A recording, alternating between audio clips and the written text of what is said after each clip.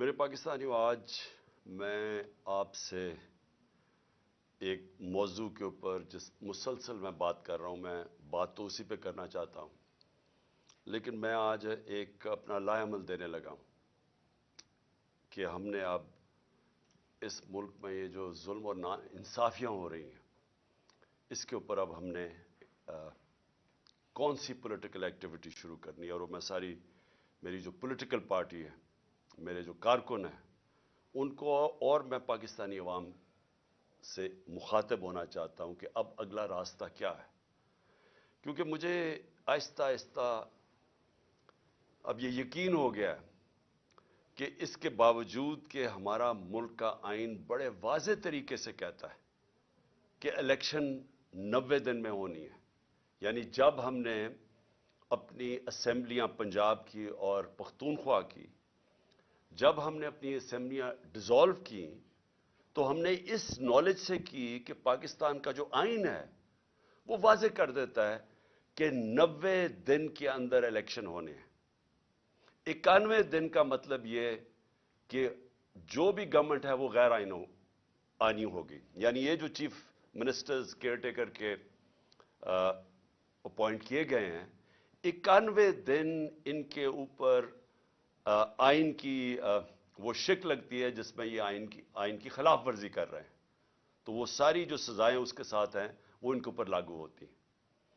اور اس کے اندر جو الیکشن کمیشن ہے، جو چیف الیکشن کمشنر ہے، اس کا جو رولز اب تک سامنے آ رہا ہے کہ اس کے باوجود کہ اس کو پتہ ہے کہ پاکستان کا جو آئین ہے وہ 90 دن کے اندر الیکشن کروایا تھا جب ہماری اسمبلیاں ڈیزالو ہوئی، تو نہ گورنر نے ابھی تک اس کے اوپر چلا ہے، دونوں گورنرز نہیں چلے، نہ الیکشن کمیشن اس کے اوپر چلی۔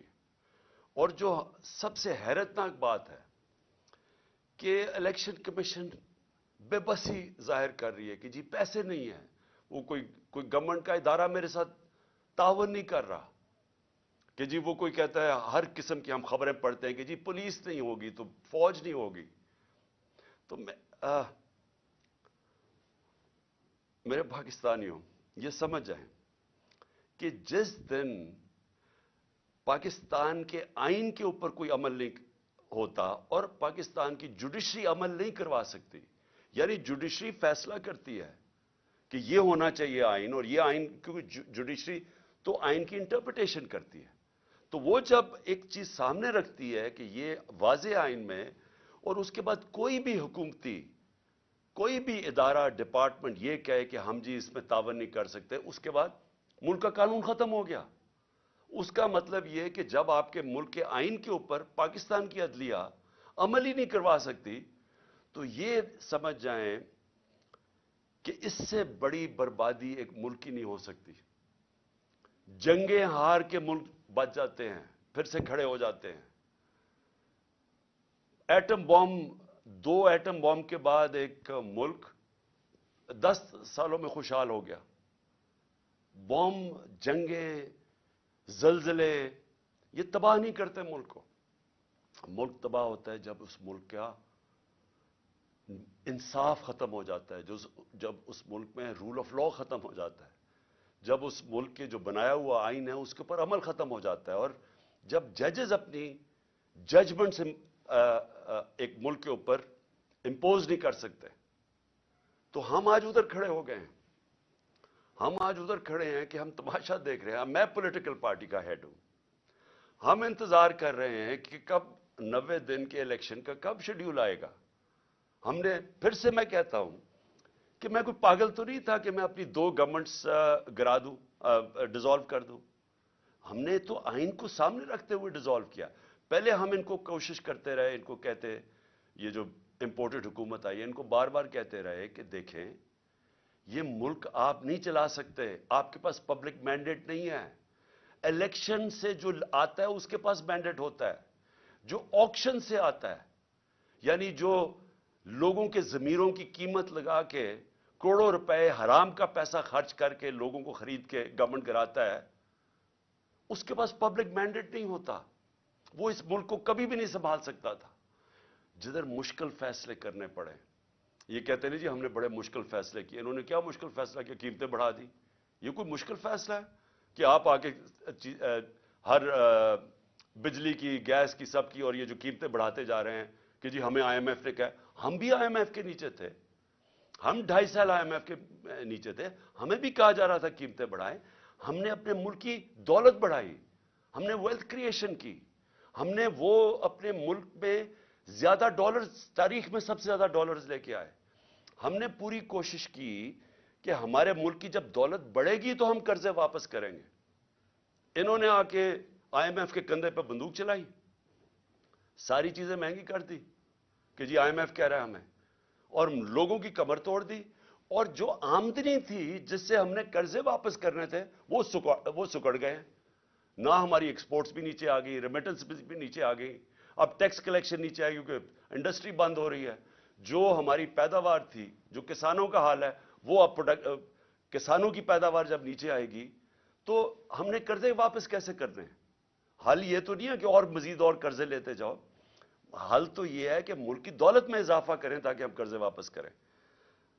تو ان کے لیے جو مشکل اب ہے گورنمنٹ کے لیے، وہ ایک ہی تھی کہ کسی طرح یہ ملک میں ری اسٹرکچرنگ کروا دے. جو کرائسس آتا ہے اس کے اندر ہم ملک کے اندر اصلاحات کر دیتے، ہم اپنی آمدنی بڑھانے کے وہ سارا جو گورننس سسٹم ہے وہ چینج کر دیتے. وہ یہ اب کر نہیں سکتے کیونکہ ان کے پاس مینڈیٹ بھی نہیں ہے، نہ ان کے پاس صلاحیت ہے.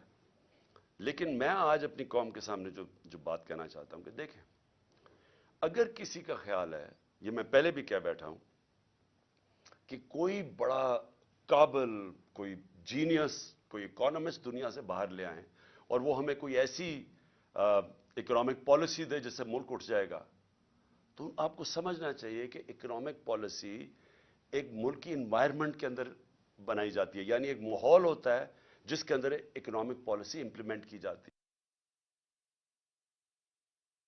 یعنی آپ کی گورنمنٹ کیسے چلتی ہے. سب سے اہم چیز ہوتی ہے رول آف لا. وہ کیوں امپورٹنٹ ہوتی ہے کہ اس میں جب میں کانٹریکٹ، میں مثلا سرمایہ کار پاکستان میں پیسہ لگانا چاہتا ہوں تو کیا میں اپنا کانٹریکٹ انفورس کر سکوں گا؟ کیا عدلیہ میری انویسٹمنٹ کو پروٹیکٹ کرے گی؟ کیا ملک کے اندر کیا وہ رول آف لا یعنی قانون کو امپلیمنٹ کرنے کی کیا وہ صلاحیت ہے کہ مجھے اعتماد ہوگا کہ میں جب پیسہ لگاؤں گا تو اس کی حفاظت کی جائے گی؟ آج یہ حال ہے کہ جو لوگوں نے پاکستانی بینکوں کے اندر ڈالرز رکھے ہوئے تھے، آج ان کو ڈالرز نہیں مل رہے. یہ ان کو گارنٹی دی گئی تھی کہ آپ اپنے ڈالرز پاکستان میں رکھیں بینکوں میں اور ہم ان کی حفاظت کریں گے. آج وہ لوگ اپنے ڈالرز بینکوں سے نہیں نکال سکتے. یہ بھی یہ کانٹریکٹ جو سوشل کانٹریکٹ ہوتا ہے عوام میں اور حکومت میں، پہلے تو یہ اس کی نفی کر کے رکھ دی ہے. اب سوچیں کون باہر سے پیسے لے کے آئے گا پاکستان میں؟ بلکہ بیرون ملک پاکستانی ابھی بھی اپنا پیسہ نکالنا شروع ہو گئے ہیں یا پیسہ نہیں لا رہے پاکستان میں، جس کا مطلب کہ ڈالرز مزید اور کم ہوتے جا رہے ہیں پاکستان میں، جس کا مطلب ڈالر کے قرضے بڑھتے جا رہے ہیں پاکستان میں. تو اس ماحول کے اندر یہ جو آج اتنی بڑی ہمارے آئین کی خلاف ورزی ہو رہی ہے کہ 90 دن سے یہ کوئی ان کی سوچ نہیں نظر آ رہی کہ 90 دن کے اندر الیکشن کروانا ہے، بلکہ پورا دباؤ رکھا جا رہا ہے، ہر ادارے کے اوپر دباؤ رکھا جا رہا ہے کہ کسی نہ کسی طرح یہ الیکشن کو کھینچے. کیونکہ یہ ساری جو پی ڈی ایم ہے یہ الیکشن سے بھاگ رہی ہے، ڈرتی ہے الیکشن لڑتے ہوئے. ان کو پھر سے میں کہتا ہوں، یہ الیکشن سے گورنمنٹ میں نہیں بیٹھے، آکشن سے بیٹھے ہوئے ہیں. یہ ڈرے ہوئے ہیں الیکشن ہوگا یہ ہار جائیں گے. لہٰذا اس کا مطلب یہ ہے کہ آئین کی خلاف ورزی ہو جائے لیکن الیکشن نہ ہو. اور یا پھر یہ کوشش کر رہے ہیں جو میں نے بات شروع کی تھی کہ میں پارٹی کا ہیڈ ہوں، ہمیں ابھی تیاری ہونی چاہیے تھی الیکشن کیمپین کی، مجھے ابھی ٹکٹس فائنلائز کرنے چاہیے تھے لوگوں کے تاکہ وہ ہمارے سارے جو کینڈیڈیٹس اپنے حلقوں میں نکلیں، لیکن ابھی تک ہمیں ڈیٹ ہی نہیں مل رہی. اور یہ کدھر تک جائیں گے؟ کیا ان کا وہ خیال ہے جو انہوں نے کراچی میں کیا تھا کہ ڈیلے کرتے کرتے، ڈیٹس چینج کرتے کرتے آخر میں اتنا تھوڑا ٹائم دیا الیکشن سے پہلے کو کوئی کیمپین ہی نہیں کر سکا، کیونکہ یہ چاہتے تھے کہ ٹرن آؤٹ کم ہو.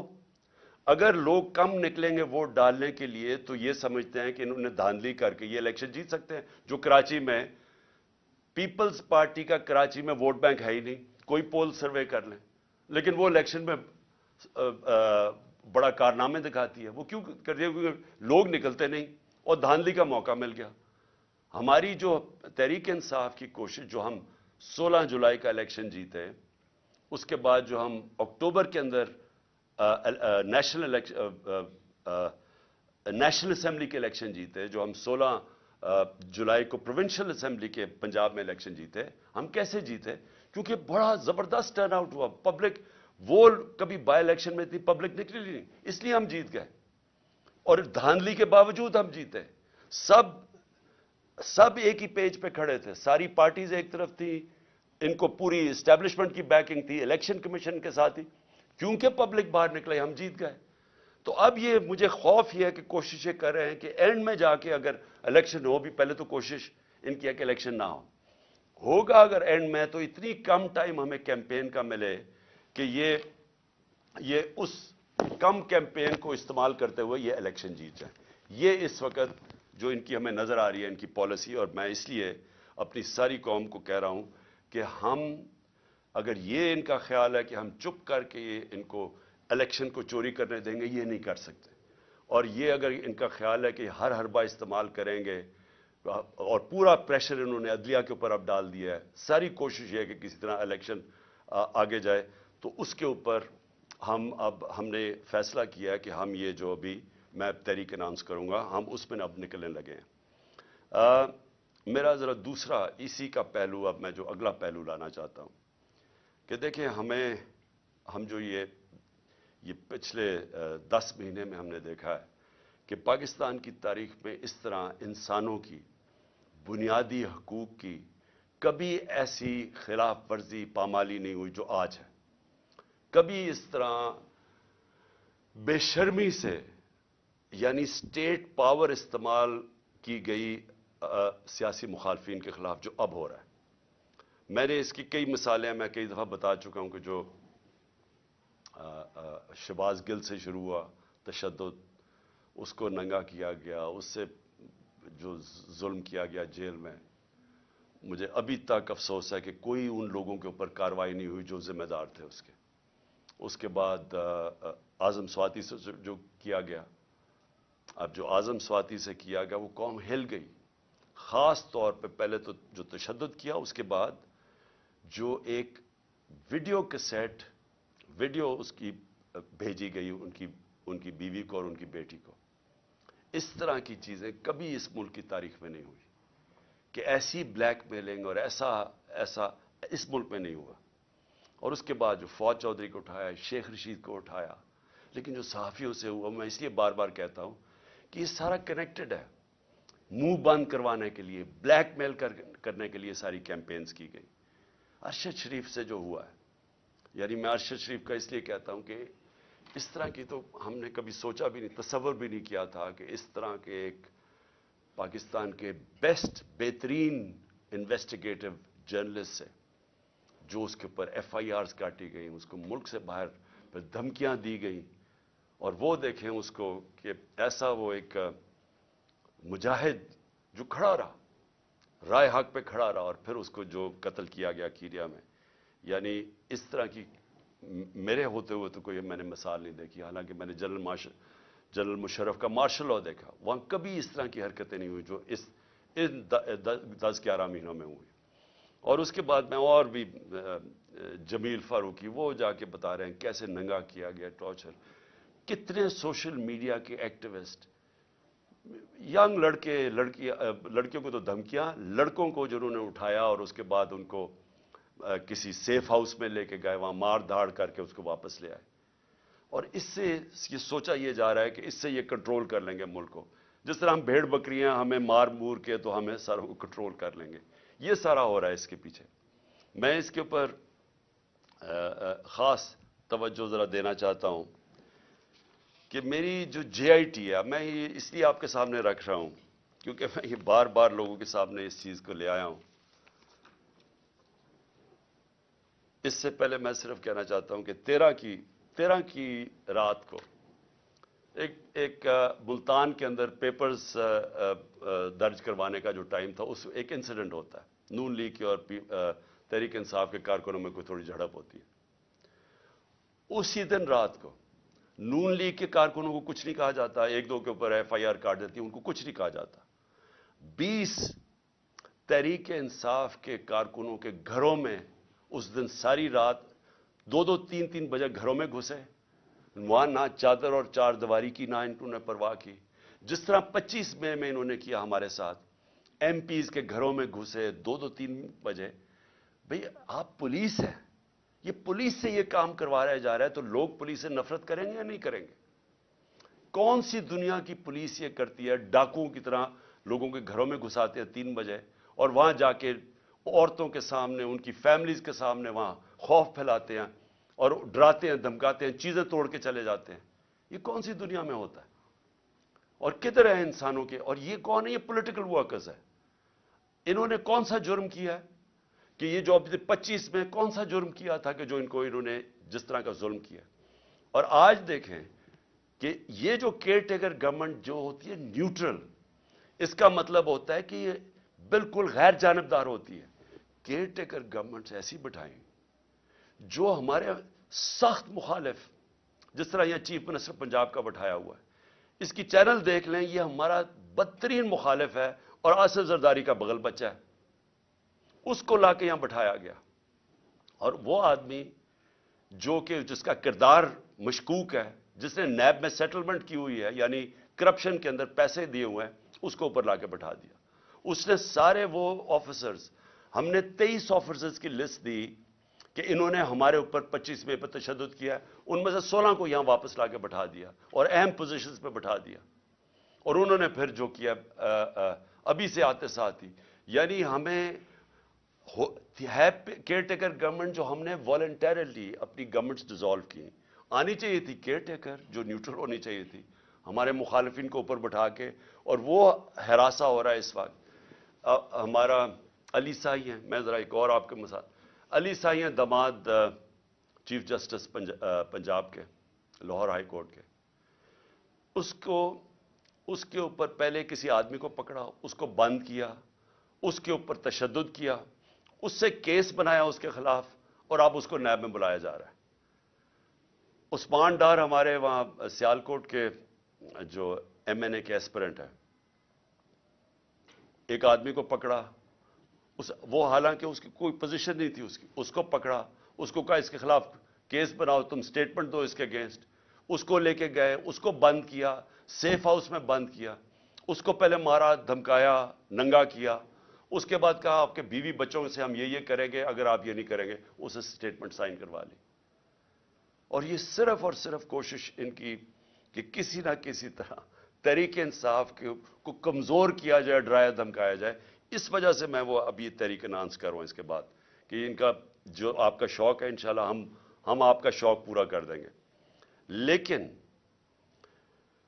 جو افسوسناک چیز ہے، میں یہ صرف اپنے کارکنوں کا اس لیے بتانا چاہتا ہوں کہ ایک تو یہ کیا کرتے ہیں کہ ان کے اوپر ظلم کرتے ہیں لوگوں پہ، پھر اس کی کہانیاں آتی ہیں ہمارے لوگوں کے پاس کہ جی یہ آپ کے اوپر ظلم کیا گیا تاکہ وہ باقی لوگ ڈر جائیں۔ ہمارے ایک ایم پی ہیں پنجاب کے، اس کو انہوں نے بلا لیا، ڈرایا دھمکایا، پھر اس کو اعظم سواتی کی انہوں نے وہ ویڈیو دکھائی جدھر اعظم سواتی کے اوپر تشدد ہو رہا ہے، اس کو دکھایا گیا کہ یہ تمہارے سے بھی ہوگا۔